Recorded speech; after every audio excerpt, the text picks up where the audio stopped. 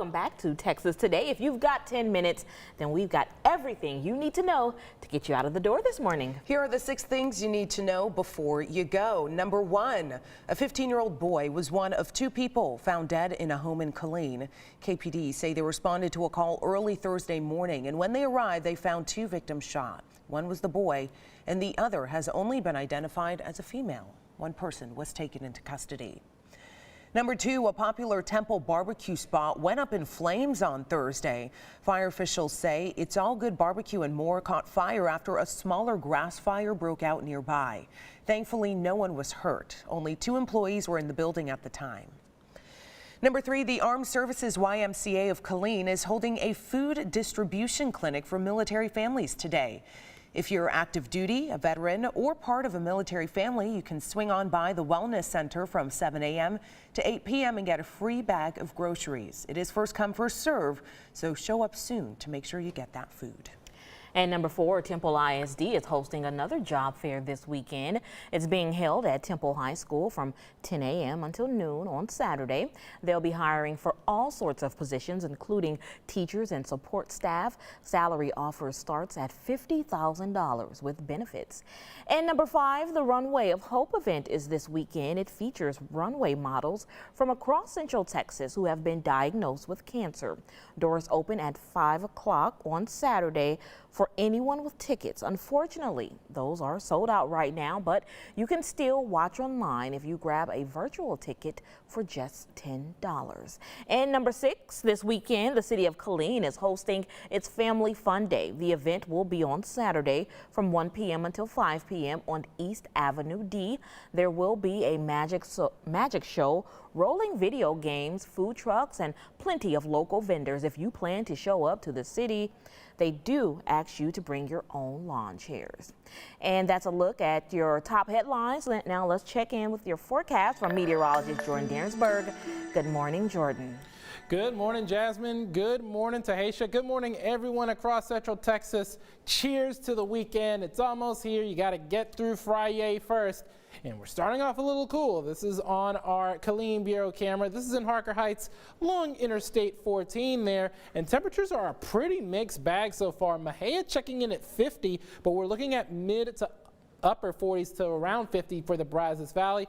A little bit cooler as you head to here in Temple Belts, and 41 as you're checking in there. 39 in Gatesville so far this morning.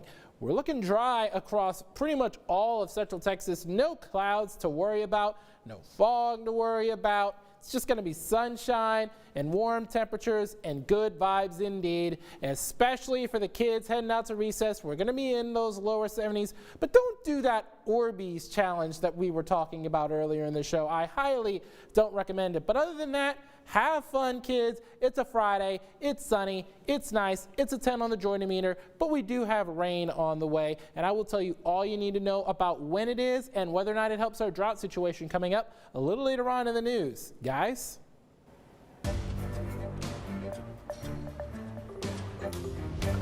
Well, after a show of unity with world leaders of NATO, the European Council, and the G7 in Brussels this morning, President Biden will travel to Poland. Well, there he's expected to meet with U.S. troops and visit with refugees who have fled the war in Ukraine.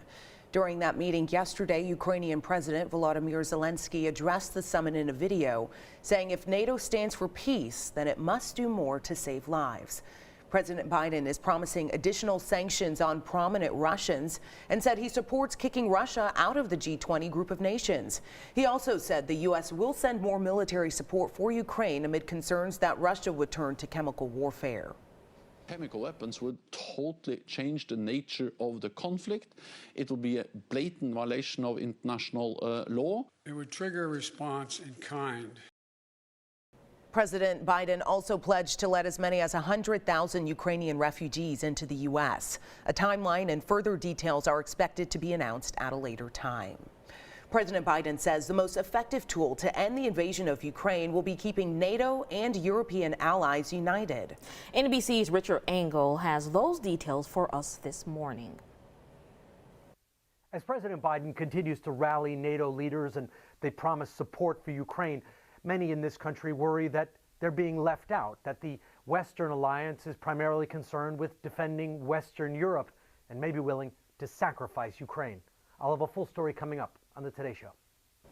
And to catch that full report, be sure to tune in to the Today Show at 7 a.m. Now to your morning rush, more news in less time. The House committee investigating the January 6th attack on the Capitol has text messages between the wife of Supreme Court Justice Clarence Thomas and former President Trump's chief of staff about keeping former President Trump in office. Now, according to the NBC News, the text between Jeannie Thomas and Mark Meadows came as Trump allies were discussing a legal challenge to the 2020 presidential election results. The 29 messages are from November 2020 to mid-January 2021, and one of them from after the election was called. Thomas told Meadows he should encourage Trump not to concede. The committee has not spoken to Thomas. Meantime, after 4 days, the historic confirmation hearings are over for Ketanji Brown Jackson.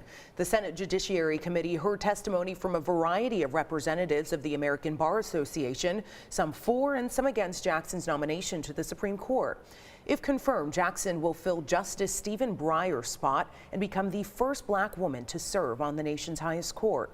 The Senate Judiciary Committee will vote on Judge Jackson's nomination on April 4th. And meanwhile, Senate Minority Leader Mitch McConnell says he will not vote for Judge Jackson's nomination to the Supreme Court. Now, he made the announcement yesterday, citing her responses this week to questions about court packing. That's the idea promoted by some lawmakers to change the balance of the Supreme Court by adding more justices.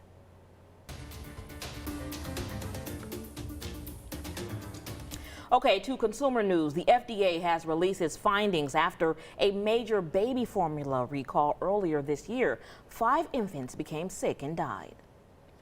The report says Abbott Nutrition didn't do what it needed to clean surfaces and prevent contamination.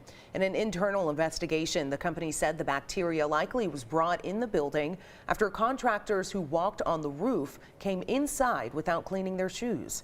Abbott says it is reviewing the FDA findings. From there, the FDA will file a formal report and then send the company a warning letter.